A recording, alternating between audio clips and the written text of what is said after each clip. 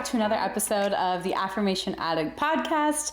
Today I'm talking about limiting beliefs that I think might be blocking your ability to manifest. I think it is very normal and very familiar for all of us to think about manifestation as we have to reprogram beliefs about whatever we're manifesting, right? Say you're manifesting your soulmate. We know we have to reprogram about how we feel about ourselves, about love, about past relationships, about forgiveness. That is very expected, but something that I've been really thinking about recently, and just based off of my experience with different DMs I'm getting, different clients I've been working with, I think we all have a set of beliefs about how manifestation works, and I think that really impacts our experience of the manifestation journey.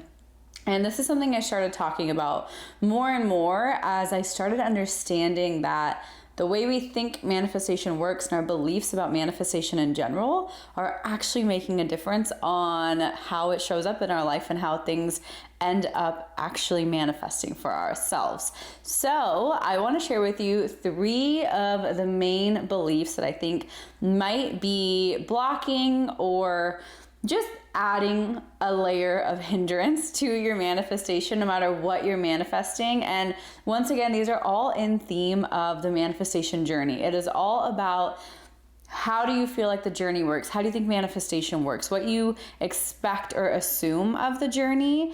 And I think it's this thing that's not very spoken about, where it's like our perception and the way we feel about the manifestation process is also very important in manifestation. And I haven't actually seen anybody talk about it. So I'm excited to just share some of these beliefs and also just opposite beliefs, AKA affirmations, that you can use if any of these beliefs feel true to you. So the limiting beliefs, and the reason it's just a limiting belief is ultimately kind of a crash course on manifestation, is everything is ultimately a belief, and a belief is something that you can choose to subscribe to. Most of the time, we don't give ourselves a choice. We just subscribe to beliefs that are repeated to us, that we see often, that are very common in our society. However, we actually do have the choice to pick and choose our beliefs. We have the choice to decide whether or not we want to subscribe to these beliefs. And the reprogramming is the way you start reprogramming is through repetition. There are sometimes deeper things that go into reprogramming depending on your relationship with that belief, your faith in that belief, your acceptance of that belief. However, the start to reprogram any belief is an affirmation, which is why my business is all after affirmations, because I think they are the foundation of manifesting anything, to changing your life, to changing your self-concept and your sense of self. I really think affirmations are at the root of it, but the reason we don't always get it right is because we're not focusing on the correct route. Sometimes we're focusing on manifesting a soulmate when we actually need to focus on our definition of love. Sometimes we're focusing on a dream job when we actually need to focus on our definition of success. So that is kind of the correlation, right? Same thing here. We're focusing on manifestation in order for you to manifest whatever you're manifesting. But the first step to that is actually understanding, what do I even think about manifestation? And maybe take a second right now and just think to yourself, how do I feel like manifestation works for me? What do I believe to be true about manifestation? And what do I think is my relationship with manifestation? I can tell you right off the bat, for me, manifestation actually started as a last resort. It started as, well, better than this, right? It started as, I hope this can work because everything else sounds pretty dang awful. And manifestation was kind of my last step, and it ended up working. It ended up being a way of living my life. And that's why I have started calling manifestation a lifestyle, because I firmly believe it is a lifestyle. I firmly believe it is a way of living. It is a way of being. It is a way of choosing to show up in our lifetime. So take a second, think about your beliefs with manifestation as a whole. How does it work? Maybe you think manifestation is complete bogus. Maybe you think manifestation is just luck. Maybe you think manifestation is people trying to change their destiny, but you really believe in destiny. Maybe you think manifestation is fake, or it's a fraud or scam. Maybe you believe manifestation means that you have to be positive all the time, or that you can't mess up, or you have to do something every single day. Maybe you have certain beliefs about how manifestation works and how you need to show up in order for manifestation to work for you. So take a second and just take a mental note of those thoughts. If you really want, make this a journaling exercise and write them down, because I actually think this is probably one of the most helpful things you can do for yourself on the manifestation journey. So today I'm going to talk about 3 of the most common beliefs in manifestation. And once again, these are not necessarily true or false. You can choose, but I think they are limiting, and I think they might hold us back more than they propel us forward. Limiting doesn't mean bad. It doesn't mean you're wrong or that you've been wasting your time. It just means I think that is not very helpful, and I think there's a better way to move forward and think about manifestation. So the first one is that manifestation requires hard work. Now, all of these, and if you've listened to my podcast, if you've followed me for a while, you know I love being contradictory.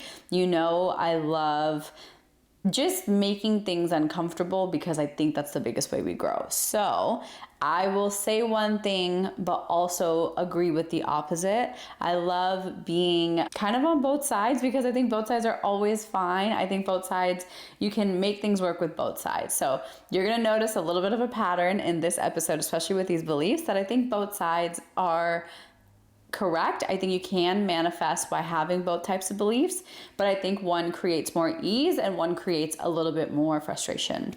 So you get to choose and see how it resonates in your body. Maybe one of the limiting beliefs actually serves you better than one of the empowering beliefs. We're all different, but these are my interpretations of what's worked for me and what I've seen with a lot of my community on Instagram and my clients. So this first one is that manifesting requires hard work.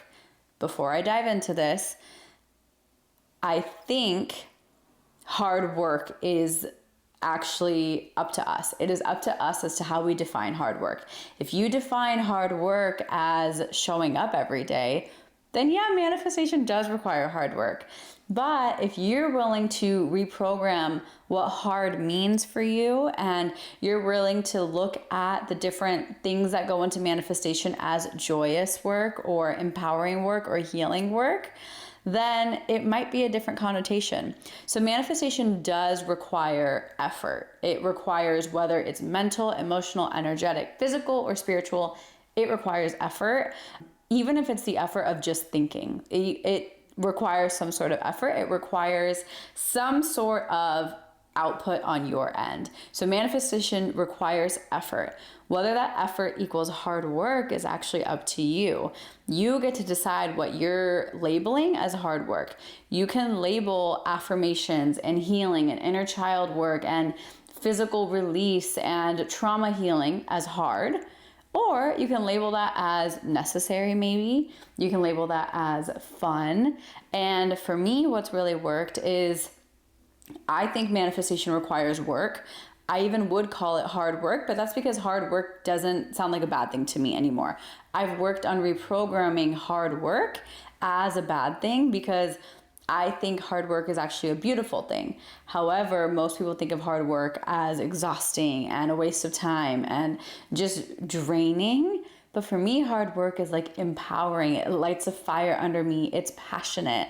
That's what hard work feels like to me.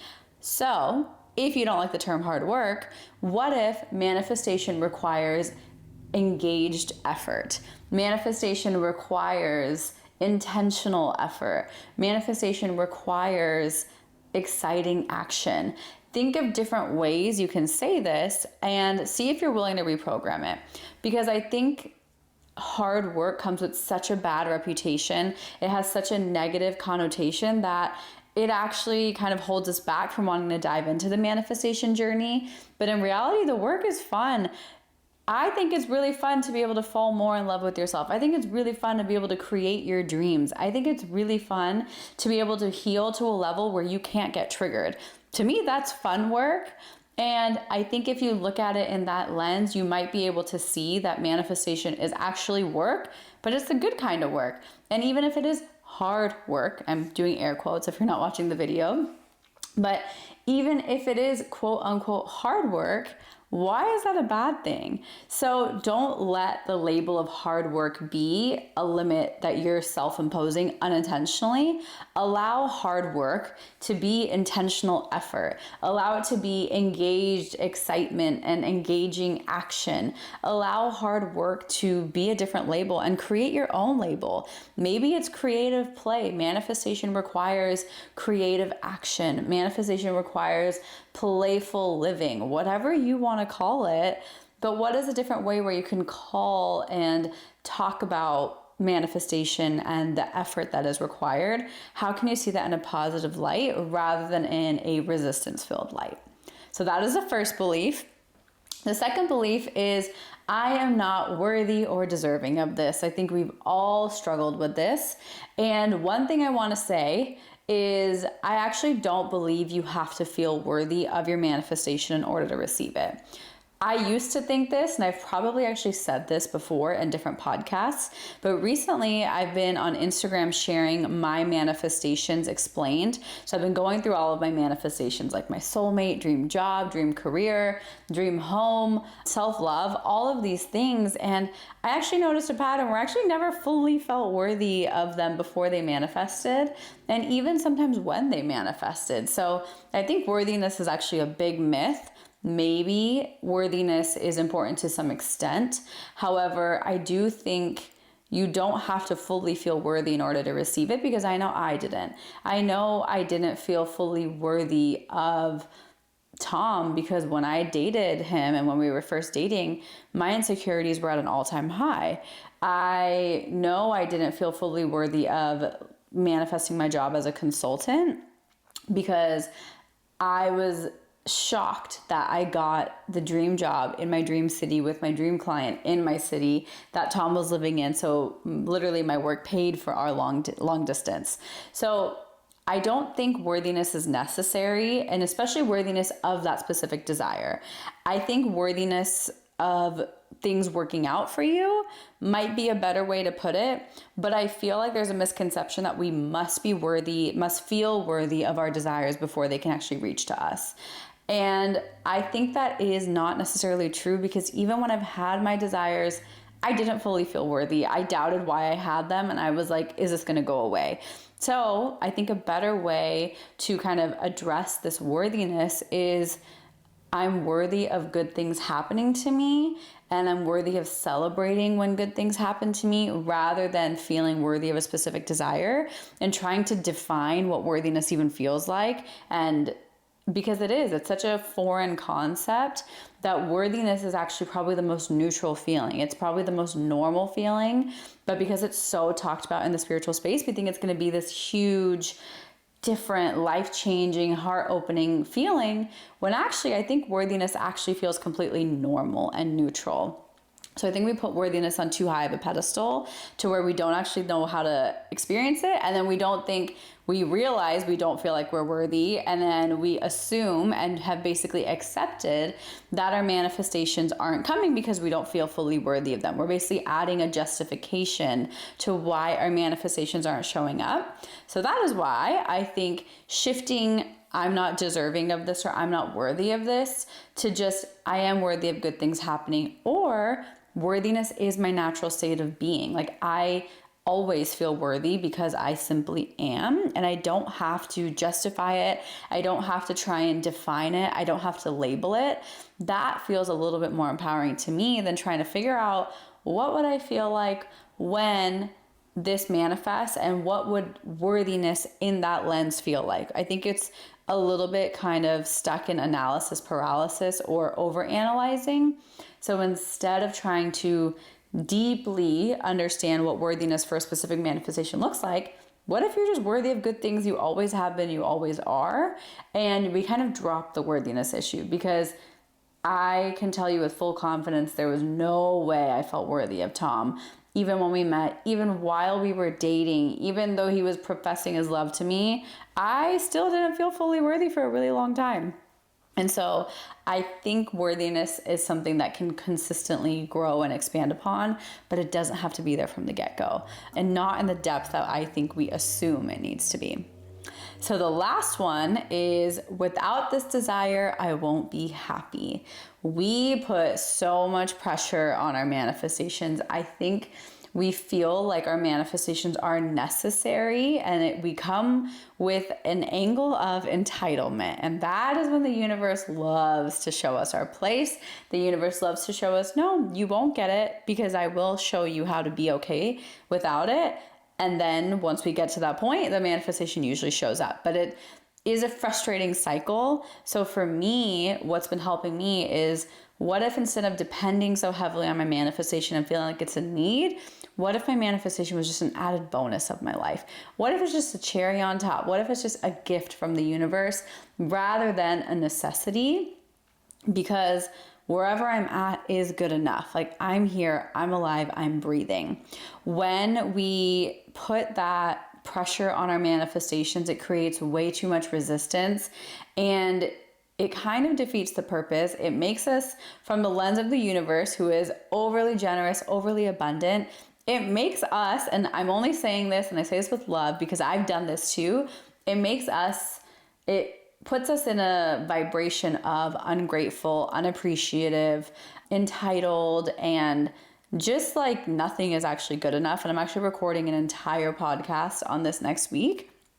But I think that chronic state of, I need this manifestation or my life is ruined, is just kind of melodramatic. And I think calling that out and acknowledging to ourselves that maybe we are being a little bit dramatic about this manifestation, and the way we approach it and the way we are approaching our entire manifestation practice takes radical honesty. It takes courage, because it's scary to admit that. It's embarrassing, maybe shameful, to admit that we are being overdramatic and placing too much of our happiness in it. But those unseen and unspoken kind of pressures and implications are what the universe is picking up on. That is creating our dominant vibration. So instead of saying, without this, I won't be happy, how I reframe that belief is, if this comes, things are going to get even better. If this comes, I will be even happier, but I am still happy now. And allowing yourself to bask in how good life is and how much better it can get. Because if you can find peace now, there's no leverage on you. You are free already. If you can feel the peace and the joy and the gratitude now, nothing can stop you. You can only go up from here. If this current reality, if your baseline is peace, all you can experience is more peace. And I think we forget that. We feel like our current reality isn't good enough. We feel this judgment and this shame for where we're at, what timeline we're on, that we haven't manifested this, that we're not married, that we don't have kids, or we don't have a job. We feel all of this shame and assign all these labels to ourselves. But if you can be at peace, truly at peace, and acceptance and appreciation for where you're at now, it can only go up from here. If you stop looking at yourself like in a pitiful way or in a victim kind of like, oh, life isn't working out for me, then people and the universe and your manifestations have leverage over you. But if we can flip that script where you have leverage over everything else, that freedom is completely unmatched. So I hope these 3 beliefs and ways to reprogram and offerings on how to reprogram were super helpful. They have helped me made my manifestation journey easier and more freeing and just enjoyable, because I don't think manifestation is meant to be frustrating. However, a lot of us do get frustrated with it. So let's turn that script around, and I hope this podcast episode can help you start to do that. I love you. Thank you for being here, and I will see you in the next episode. Bye.